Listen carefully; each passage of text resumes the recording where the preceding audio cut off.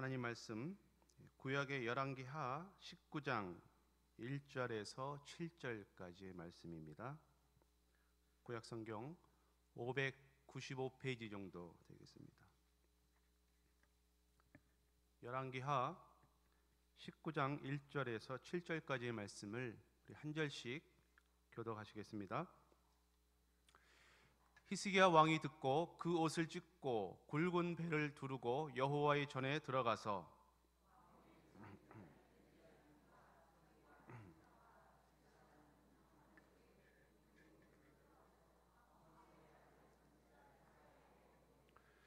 그들이 이사야에게 이르되 히스기야의 말씀이 오늘은 환난과 징벌과 모욕의 날이라 아이를 낳을 때가 되었으나 해산할 힘이 없도다.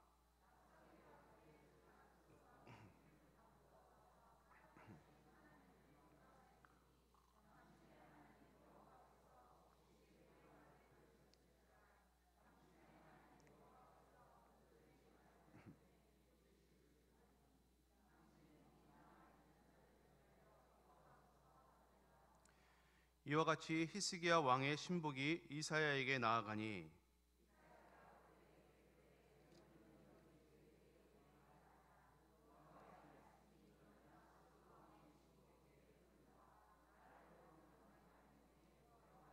합니다. 내가 한 영을 그의 속에 두어 그로 소문을 듣고 그의 본국으로 돌아가게 하고 또 그의 본국에서 그에게 칼에 죽게 하리라 하셨느니라 하더라. 아멘. 할렐루야. 우리 앞뒤 좌우로 주님 부활하셨습니다. 한 주 동안 행복하셨습니까? 은혜 받으세요. 지난주일 우리가 부활주일로 지켰지만 매주일이 부활주일이요 매일이 부활의 날인 줄로 믿습니다. 그렇게 행복한 우리 중류교회 모든 성도님들 되시기를 바랍니다. 다 같이 우리 찬양 하나 드리고 말씀을 나누기를 원합니다. 하나님은 우리가 행복자이기를 원합니다.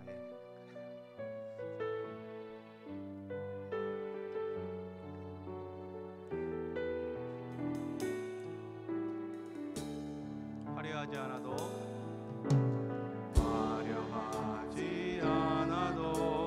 정결하게 사는 삶, 가진 것이 적어도 감사하며 사는 삶, 내게 주신 작은 힘 나눠주며 사는 삶, 이것이 나의 삶의 행복이라오.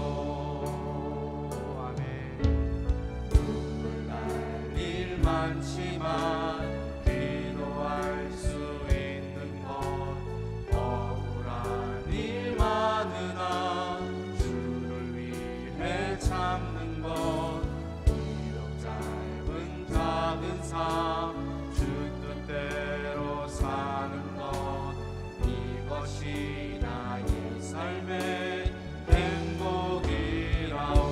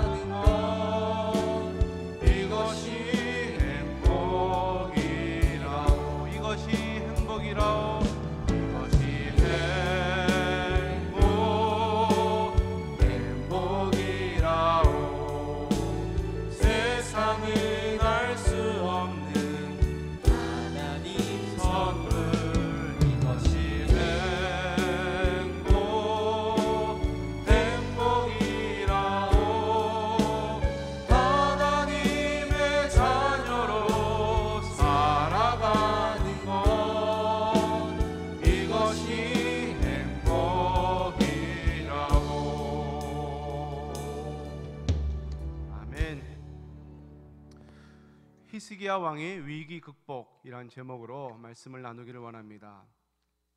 솔로몬의 아들 르호보암이 하나님을 경외하지 않고 우상 숭배함으로 인해서 솔로몬에 의해서 북왕국 이스라엘과 남왕국 유다 왕국으로 나누어지게 됩니다.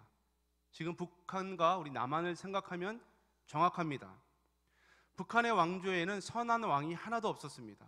다 우상 숭배하고 그 여로보암의 잘못된 이단의 가르침을 따라서 하나님을 배도하고 다 우상 숭배한 나라가 북쪽입니다. 지금 북한이 그렇죠. 하나님을 예배하지 않고 공산주의, 유물론 사관을 가르치고 김일성 주체 사상을 가르치는 곳입니다. 북왕국 이스라엘이 그와 똑같았습니다. 반면에 남왕국 유다는 20명의 왕조 중에 그나마 하나님을 섬겼던 왕이 손꼽습니다. 한 서너 명 될까요? 많이 있으면 5명 정도 되지만 그 5명의 왕이 초지일관 하나님을 순전히 신앙하지는 않았습니다.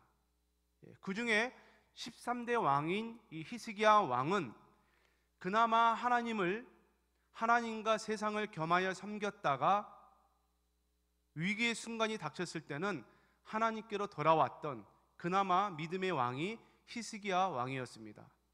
그래서 오늘은 히스기야 왕의 이 신앙의 모습을 보면서 위기 때 극복하는 이런 히스기야 모습을 보면서 우리의 영적인 영혼의 거울로 삼는 이 아침이 되기를 주님의 이름으로 축복합니다. 믿는 성도들의 신앙을 공격하는 자가 바로 사탄 마귀죠. 이 마귀의 공격은 집요하고 끈질기고 끝이 없습니다. 천국 갈 때까지 이러한 영적인 싸움은 우리가 계속되어지는 싸움인 것입니다. 마귀의 공격은 직접적으로 우리를 공격할 수도 있지만 간접적인 우리의 환경이나 우리 주변 사람들을 통해서 우리를 공격할 수도 있습니다. 이 사탄이란 뜻은, 마귀의 뜻은 무엇이겠습니까? 대항자다. 하나님을 대적하는 자, 하나님을 대항하는 영적 우두머리를 일컫는 말이 마귀, 사탄 다 같은 말입니다. 고발하는 자, 참소하는 자, 이런 의미가 있죠. 신약에 와서는 이 마귀는 바알세불, 벨리알, 옓뱀, 이 세상 임금, 시험하는 자, 살인하는 자, 거짓말쟁이 등 여러 가지 말로 표현이 됩니다. 16세기에 나왔던 밀턴의 신라권이란 이런 소설에서는 사단을 루시퍼, 마스테마로 표현하기도 합니다. 이 밀라권에서는 이 사단이 아담과 하와의 대화하는 이야기를 듣고 그들의 대화 속에 들어가서, 그들의 마음 속에 들어가서 하나님이 주셨던 말을 왜곡시키는 것이죠. 이 선악을 먹는 날에는 너희가 결코 죽지 않고 하나님과 같이 밝아질 거야. 이것을 사단이 아담과 하와의 대화 속에 들어가서 그들에게 거짓 메시지로 심어줍니다. 그래서 사단은 끊임없이 직접적인 공격으로, 간접적인 공격으로 우리 믿는 성도들의 마음을 미혹하고 그들을 넘어뜨리게 하게끔 하는 것이 사단의 전략인 것입니다. 저는 이 밀턴이 신라권에서 이런 책에서 사단이 끊임없이 우리 성도들의 이야기를 듣는다는 이 구절을 보면서 전율을 느꼈습니다. 왜냐하면 성령 하나님도 우리의 음성을 듣고 계시고 우리를 내려다보고 계시지만 끊임없이 우리의 속내가 사단 마귀에게 들춰지고 있구나라는 것을 직면할 때에 내 안에 있는 이 죄성과 악마성과 이 사단성을 보고 깜짝 놀라지 않을 수가 없는 것입니다. 그때마다 성령을 의지해서 예수 그리스도 안에 있는 자에게는 결코 참소함이 없다는 이런 하나님 말씀을 의지해서 담대히 은혜의 보좌 앞에 나아가고 있지만, 그럼에도 불구하고 여전히 내 안에 있는 이런 죄악들이 폭로되어질 때, 이것이 들통났을 때 하나님 앞에 어찌할 줄 모르는 면목 없음과 부끄러움과 수치스러운 모습으로 여전히 남아있더라는 것입니다. 설교를 하는 이 입장에서 가장 먼저 이 설교의 수신자는 누구겠습니까? 제 영혼이 듣고 있죠.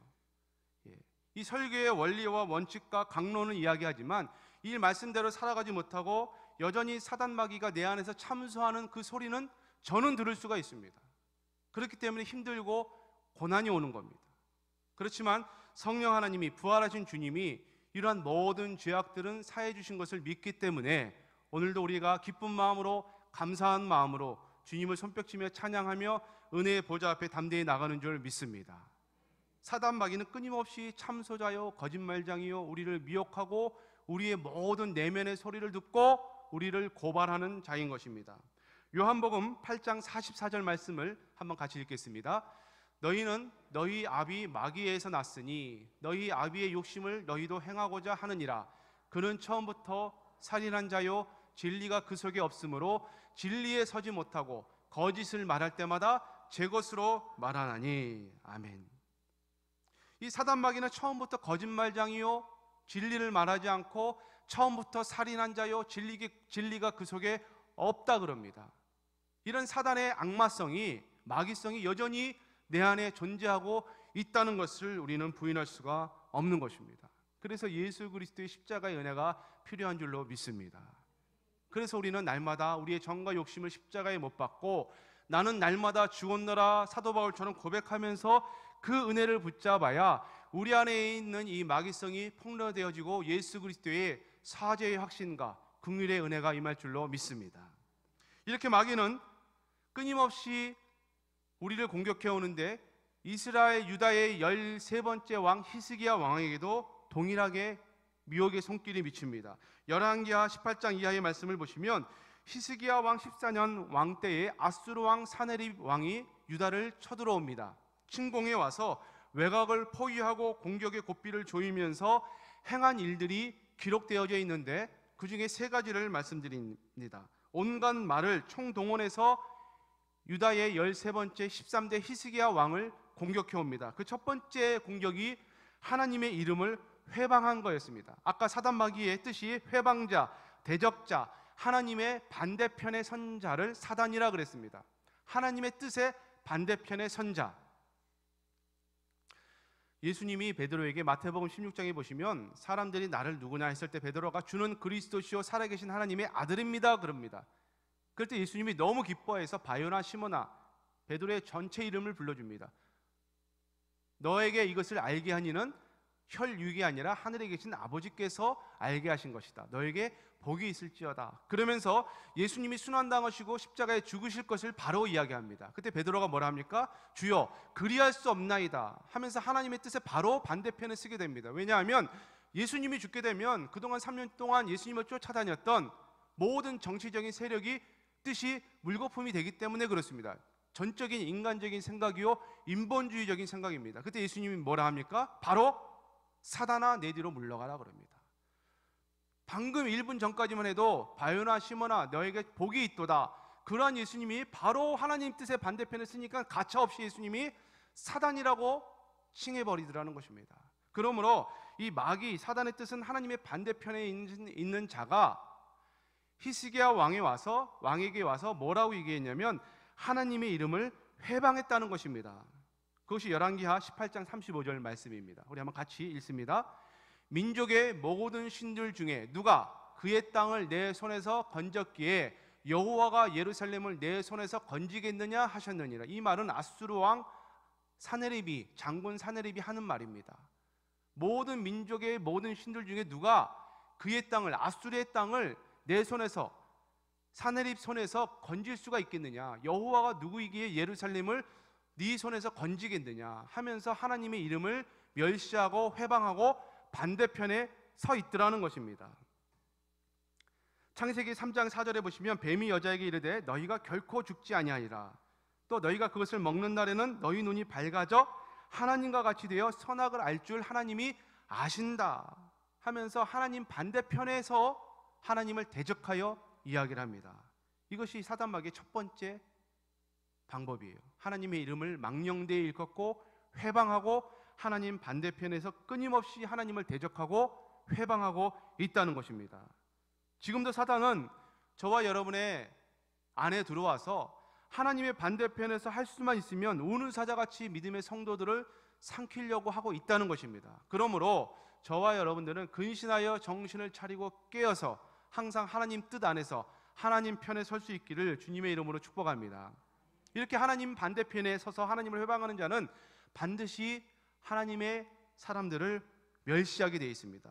그래서 이 아수르 왕 사네립과 그 장군들은 유대 나라와 유대의 13대 왕 히스기야를 멸시했습니다.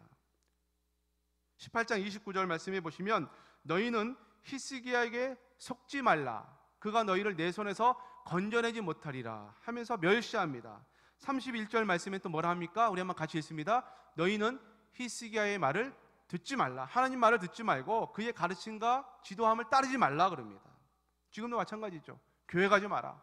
코로나19 때문에 직장생활 하시는 분들 얼마나 어려움이 많습니까? 특히 공직에 있는 분들은. 교회가 가면 뭐지 이 코로나의 원천인 것처럼 그렇게 멸시하고 조롱합니다. 일상의 삶에서는 사람들은 끊임없이 이런 사탄마귀의 거짓 메시지에 속고 삽니다. 낙담케 하고 좌절케 하고 끊임없이 하나님을 원망케 합니다. 이러할 때 성도들은 어떻게 될까요? 하나님을 더 신뢰하고 하나님의 은혜를 붙잡고 용기를 잃지 않기를 주님의 이름으로 축복합니다. 여전히 하나님은 살아계시고 신실하시고 선하시기 때문에 세상의 사탄과 마귀의 세력들이 어떠한 모양으로 직접적이든 간접적이든 우리를 회방하고 우리를 멸시하고 조롱한다 할지라도 의인은 믿음으로 그 모든 것들을 넉넉히 이겨내며 우리의 처음 자리, 신앙의 자리를 지켜야 될 줄로 믿습니다. 사무엘상 17장에 보시면 사울 왕이 이스라엘의 초대 왕이 되었을 때 블레셋 군사들이 쳐들어오죠. 우리가 잘 알고 있는 골리앗과 다윗의 싸움이 나옵니다. 아무도 골리앗 앞에 나가서 죽음을 결사하고 그 골리앗이 하나님의 이름을 회방하고 멸시하는 것에 대해서 반기를 든 자가 한 명도 없었습니다. 다들 무서워서 떨고 그냥 그 하나님의 이름을 회방당하는 것을 멀뚱히 쳐다보고만 있었다는 것이죠. 사무엘상 17장 42절에 보시면 블레셋 사람이 둘러보다가 다윗을 보고 업신여기니 이는 그가 젊고 붉고 용모가 아름다움이라. 블레셋 사람이 다윗에게 이르되 네가 나를 개로 여기고 막대기를 가지고 내게 나왔느냐 하고 그의 신들의 이름으로 다윗을 저주했다 그럽니다. 똑같죠. 지금 기독교가 욕먹고 성도들을 저주하고 멸시하고 회방합니다. 그 블레셋 사람이 또 다윗에게 이르되 내게로 오라. 내가 네 살을 공중의 새들과 들짐승들에게 주리라 하는지라 하면서 더 나아가서 다윗을 모욕하고 멸시하고 조롱합니다. 이때 다윗이 뭐라 합니까? 45절에 이렇게 얘기합니다. 같이 읽습니다. 다윗이 블레셋 사람에게 이르되 너는 칼과 창과 단창으로 내게 나아오거니와 나는 만군의 여호와의 이름 곧 네가 모욕하는 이스라엘 군대의 하나님의 이름으로 네게 나아가노라. 아멘. 할렐루야. 이것이 다윗이 하나님 마음에 합한 인정을 받은 믿음의 중심이었어요. 세상은 칼과 창과 단창으로 우리에게 나오진 않지만 세상의 명예와 권력과 부와 갑에 있는 위치로 우리를 누릅니다. 그들은 우리보다 강해요. 육적으로 보았을 때. 그래서 우리를 멸시하고 폄하하고 조롱합니다. 우리는 납작 엎드려서 아무 힘을 쓸 수 없는 큰 거인 골리앗 앞에 다윗처럼 왜소해 보이고 초라해 보입니다. 사울의 갑옷을 입혔을 때 다윗에게 그 소년 다윗에게 너무 커서 갑옷이 헐렁헐렁해서 맞지가 않아요. 초라해요.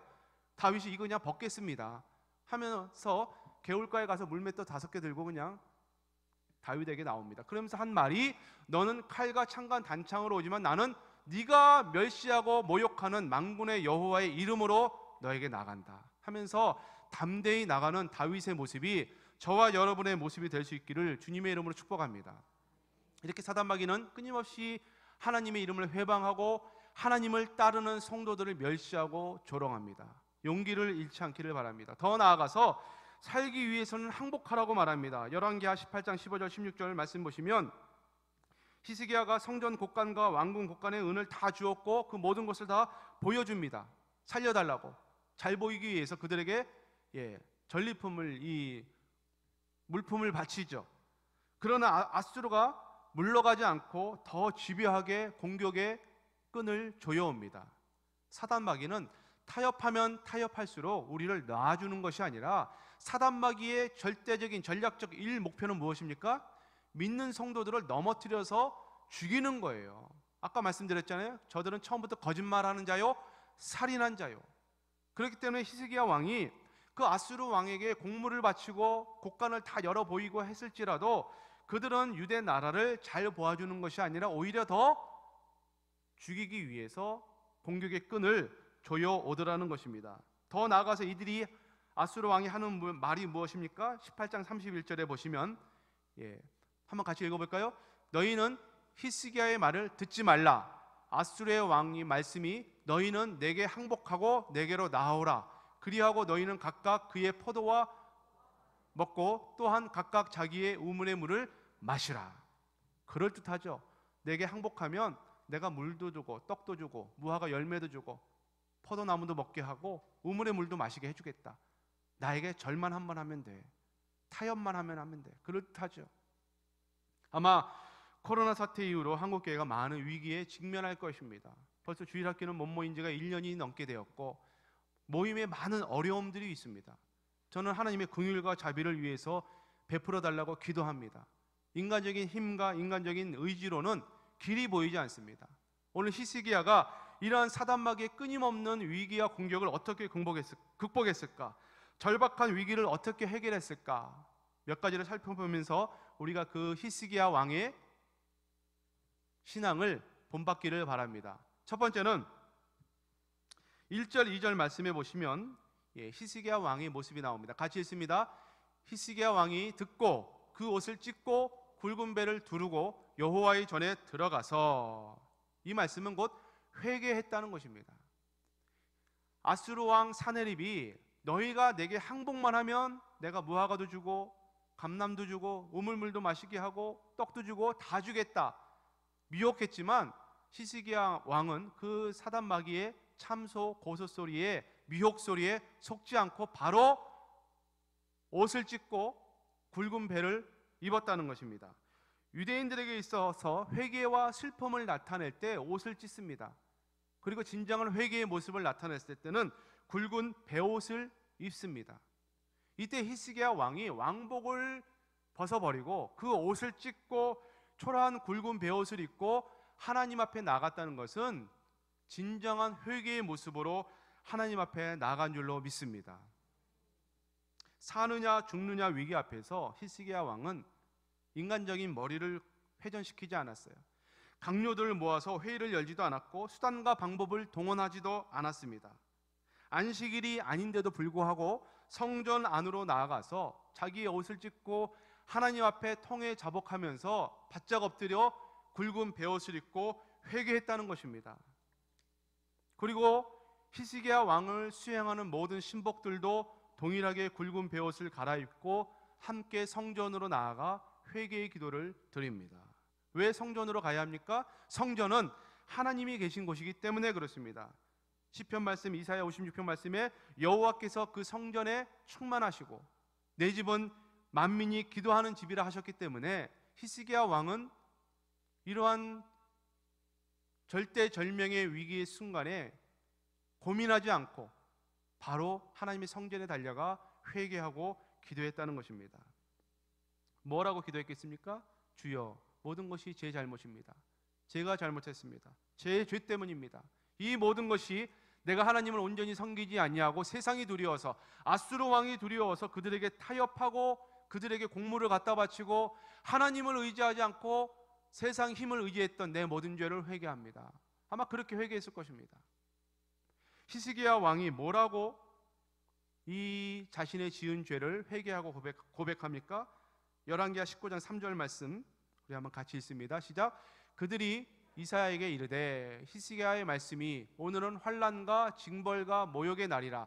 아이를 낳을 때가 되었으나 해산할 힘이 없도다. 오늘은 곤란과 책벌과 능욕의 날이라. 아이가 임산하였으나 해산할 힘이 없도다. 해산할 힘이 없으면 어떻게 됩니까? 죽죠. 아이도 죽고 엄마도 죽습니다. 여기서 징벌의 날이다, 책벌의 날이다 라는 말은 책망과 하나님이 동시에 벌을 내린다는 것을 히스기야 왕이 잘 알고 있었어요. 이는 징벌과 모욕의 날이다.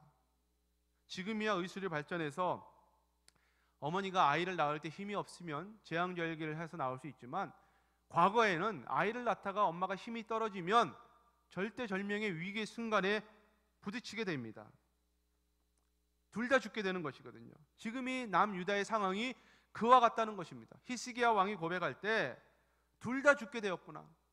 그러니 하나님 앞에 이 모든 죄를 회개하고 꿇어 엎드리고 살려주시옵소서 기도하는 모습이 히스기야의 모습이었고 저와 여러분의 모습이 될 수 있기를 주님의 이름으로 간절히 축복합니다. 우리의 가정이 살기를 원하십니까? 우리의 자녀들이 살기를 원하십니까? 떡이 없으므로 배고픈 게 아니에요. 물이 없어 갈급한 것이 아닙니다. 지금 21세기 대한민국은 모든 것이 부족함이 없이 차고 넘칩니다. 근데 영혼은 곤고해져요. 어떤 자료를 보면 알 수 있습니까? OECD 국가 중에 삶을 포기하는 제일 1위가 대한민국이에요. 그것은 모든 것 물질적으로 황금 만능주의 시대를 이루었지만 영적으로는 하나님을 떠나 있기에 모든 것이 곤고하고 참된 행복과 참된 만족감이 없다는 것입니다. 지금이 우리 시대가 그렇다는 것입니다. 히스기야 왕 유다 시대하고 별반 다르지 않다는 거예요. 이 나라 정치와 앞으로의 우리의 분단된 민족은 어디로 가겠습니까? 많은 외국에서 보는 상황은 전쟁이 일어날 것 같다. 정치적으로 혼란스럽다. 위태위태하다. 우리만 안전하다 하지만 언제라도 전쟁이 일어나도 전혀 이상하지 않는 나라가 이 한반도 대한민국이다. 이렇게 진단을 합니다. 이러할 때 믿음의 성도들은 우리의 가정과 우리의 조국 대한민국과 한국의 현실을 보면서 분단된 북한의 모습을 보면서 어떠한 모습으로 나아가야 되겠습니까?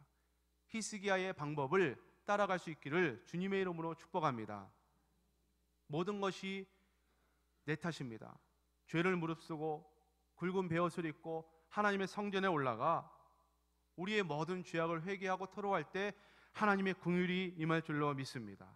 이 나라의 정치도 경제도 여야가 나누어져 있고 좌우가 나누어져 있고 북한과 남한이 나누어져 있는 이런 상황 속에서 이 나라와 민족과 개인과 우리의 자녀들이 희망을 가지고 살아갈 수 있는 유일한 방법은 살아계신 하나님 아버지 제발 살려주십시오.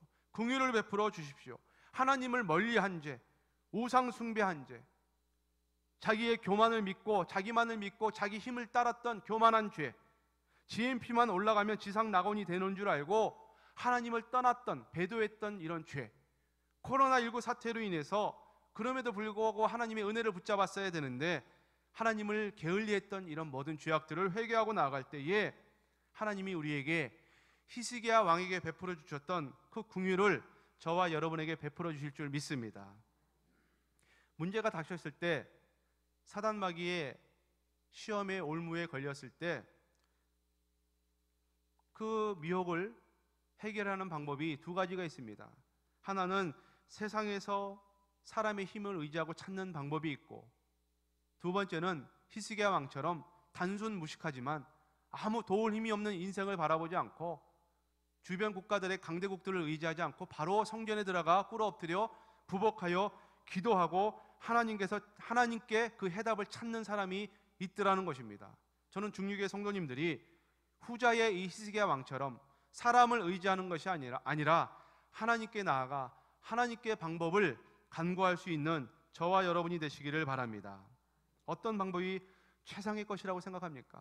도울 힘이 없는 인생을 의지하는 것이 아니라 하나님을 찾고 하나님을 구하고 하나님을 바라보는 것이 우리 개인과 우리 가정과 우리의 자녀와 이 나라와 민족이 살아갈 수 있는 유일한 길인 줄로 믿습니다.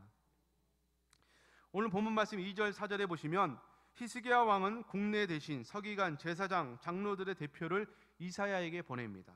이사야 선지자에게 보냅니다. 그리고 이사야 선지자에게 기도를 부탁합니다.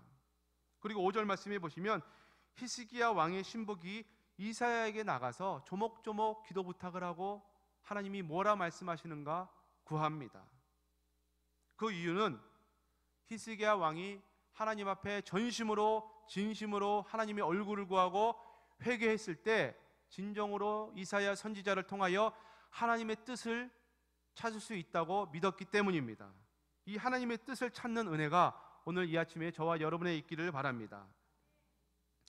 일반적으로 모든 가정이나 나라나 직장이나 교회도 마찬가지예요. 리더십을 논할 때 권력형이나 독재형을 논할 수가 있습니다. 독재적이나 권위적인 이런 리더십은 사람의 말을 듣지 않죠.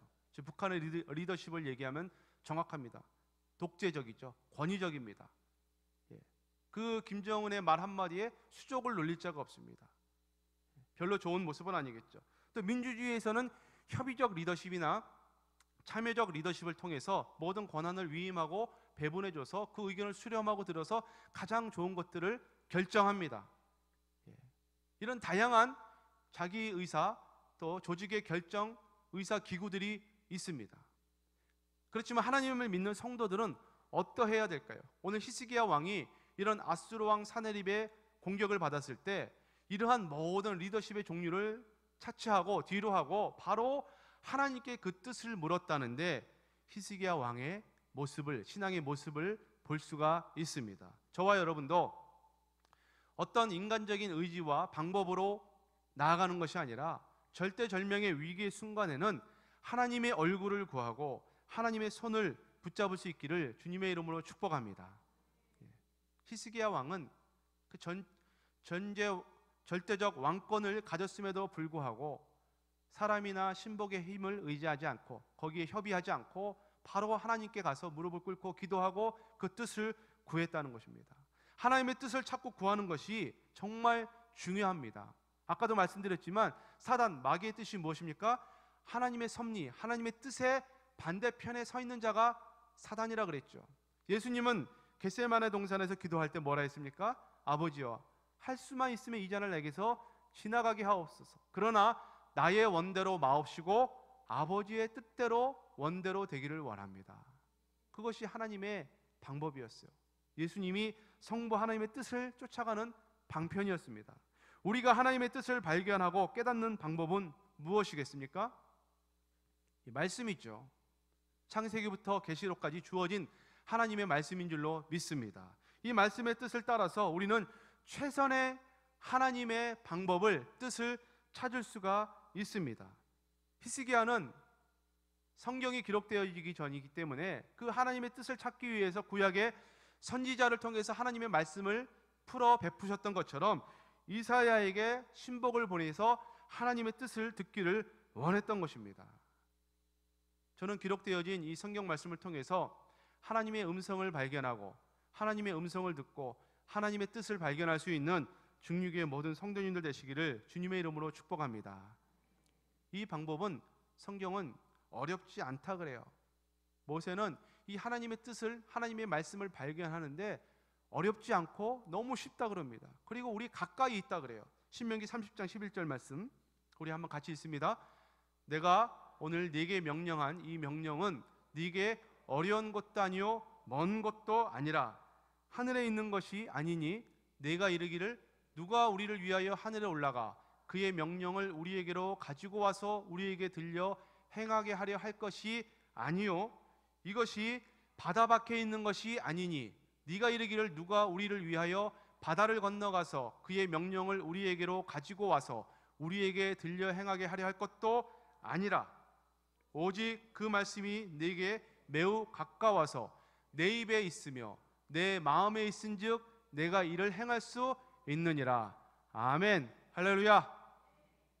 하늘 끝에 있는 것도 아니고 먼 바다 끝에 있는 것도 아니라 그럽니다.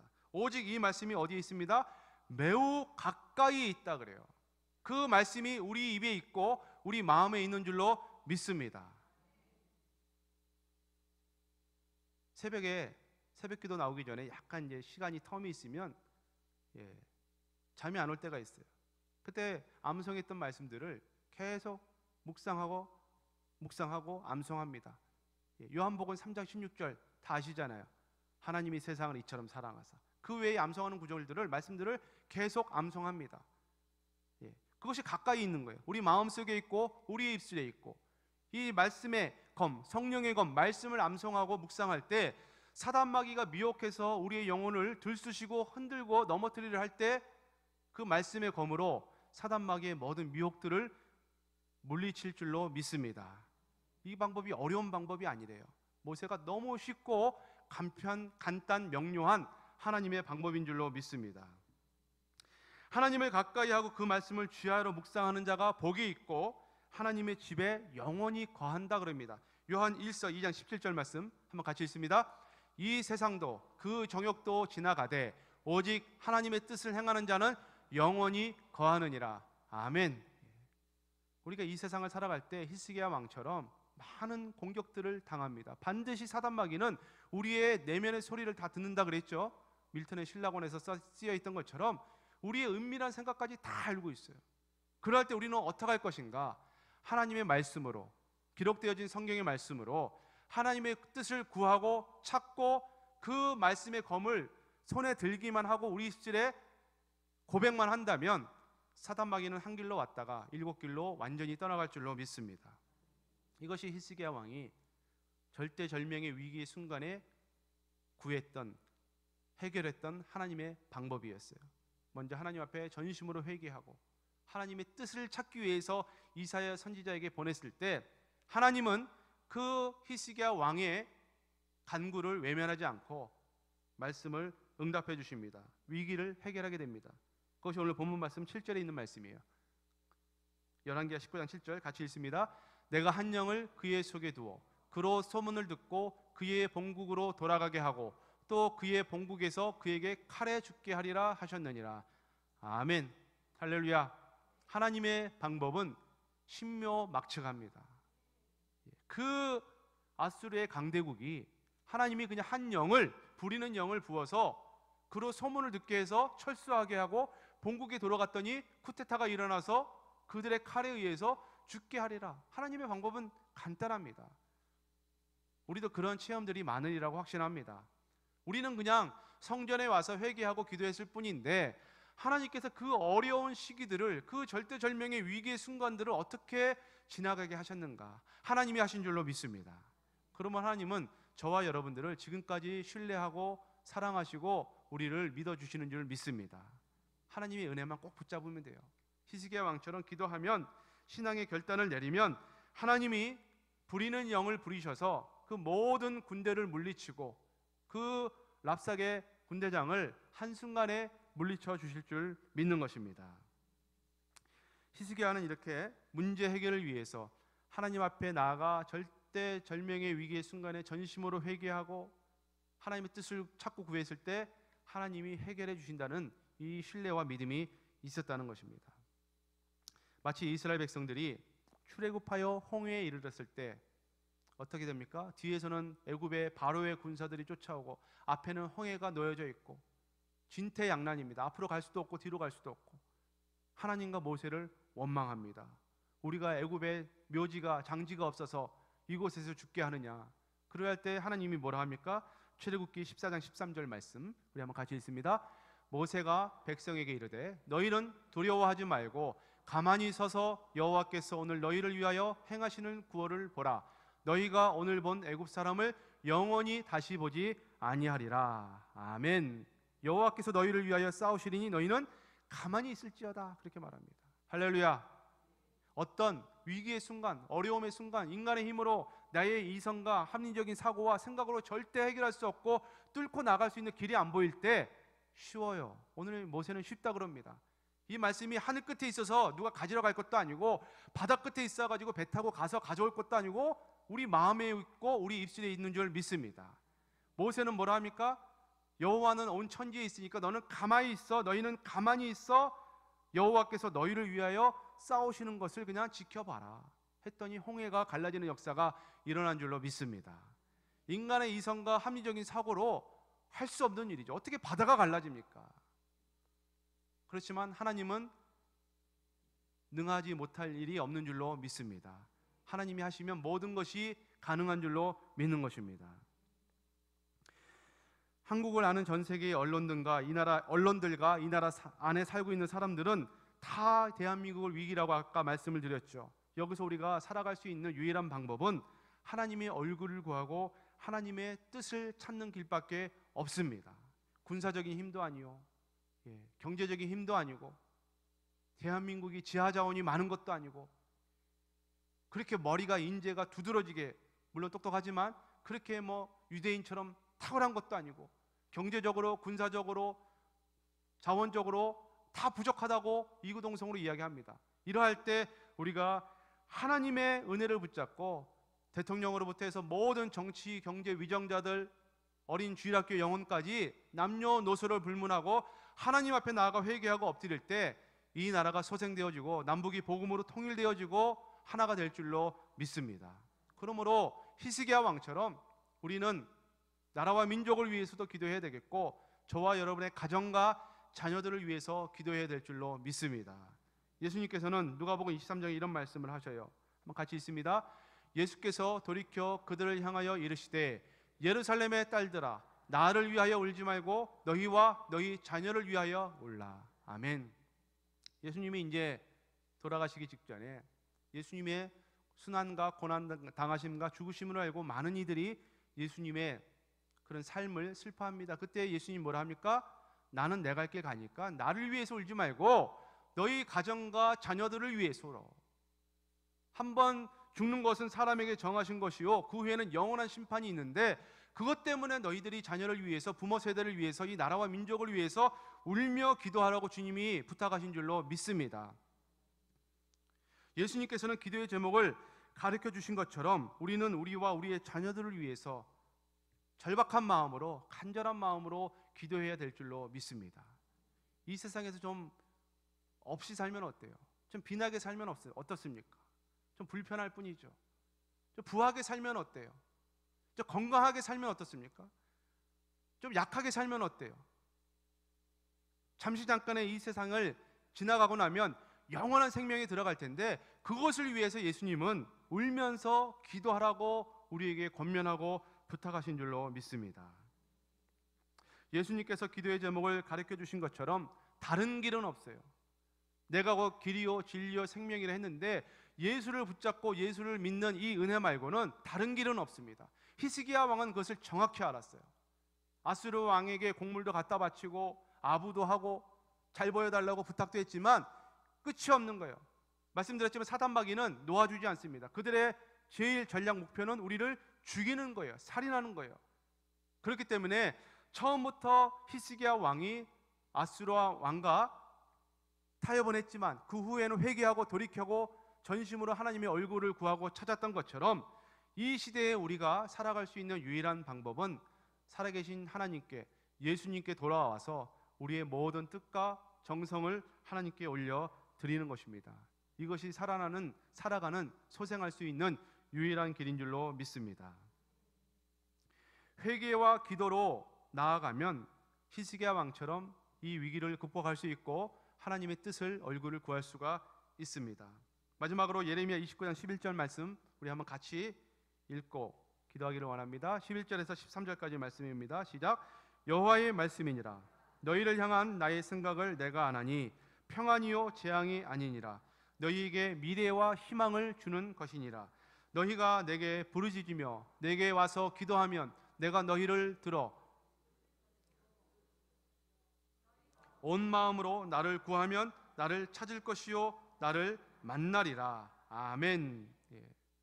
개역 한글에는 너희가 전심으로, 온 마음으로, 전심으로 나를 구하면 나를 찾을 것이요 나를 만날 것이다. 너희가 내게 와서 부르짖으면, 내게 와서 기도하면 내가 너희를 들을 것이요 너희들의 기도를 들어주시고, 너희를 향한 나의 생각은 재앙이 아니고 책망이 아니고 평안과 미래와 희망을 주시는 것인 줄로 우리는 분명히 믿습니다.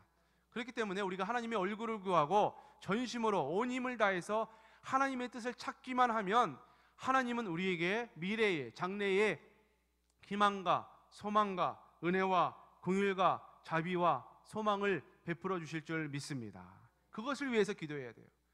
그것을 위해서 영적인 소생과 에스겔 골짜기의 마른 뼈다귀들이 하나님의 소생함으로 다시 큰 군대를 이루는 것처럼 하나님의 큰 군대를 이루어서 이 마지막 때에 예루살렘과 온 유대와 사마리아와 대한민국과 북한 땅과 예루살렘까지 복음을 증거할 수 있는 우리 중류교회와 중류교회 모든 성도님들 되시기를 주님의 이름으로 축복합니다. 말씀을 정리합니다. 히스기야 왕처럼 인생의 위기, 가정의 위기, 나라의 위기가 왔을 때 첫 번째 회개입니다. 주여, 내 안에 있는 모든 죄악을 아시죠? 주여, 나를 불쌍히 여겨 주옵소서. 십자가의 보혈로 나를 이미 다 구원해 주셨고 용서해 주셨지만 내 안에 있는 모든 죄악들을 주님 앞에 내려놓습니다. 회개하고 나갈 때 거기 하나님의 뜻을 찾을 수가 있습니다. 그 하나님의 말씀을 붙들고 주님 앞에 나아갈 때 하나님께서는 모든 문제를 해결해 주시고 우리의 장래에, 미래에 희망과 소망을 반드시 주실 줄로 믿습니다. 이 은혜를 가지고 주님 앞에 나아가시기를 주님의 이름으로 축복합니다. 기도합니다. 하나님 감사합니다. 오늘도 변함없이 저희를 사랑하여 주시고 코로나19 사태로 인해서 조국 대한민국과 또 세계 나라와 민족과 열방이 어려움을 경험하고 있는데 주여, 이러할 때 우리가 주님 앞에 히스기야 왕처럼 자복하고 통회하고 회개하는 마음으로 나아가게 하시고, 그 자복하고 회개할 때에 온전히 하나님의 뜻을 찾고 하나님께서 모든 것을 평탄케 하시고 해결해 주시고 장래와 미래에 소망을 주시고 희망을 주신다는 이 믿음을 가지고 주님 앞에 나아가게 하시니 감사함을 드립니다. 한 주간도 우리의 남은 생에도 이 믿음으로 승리를 확신하며 살아갈 수 있도록 역사하여 주옵소서. 믿사오며 예수님의 이름으로 기도하옵나이다. 아멘.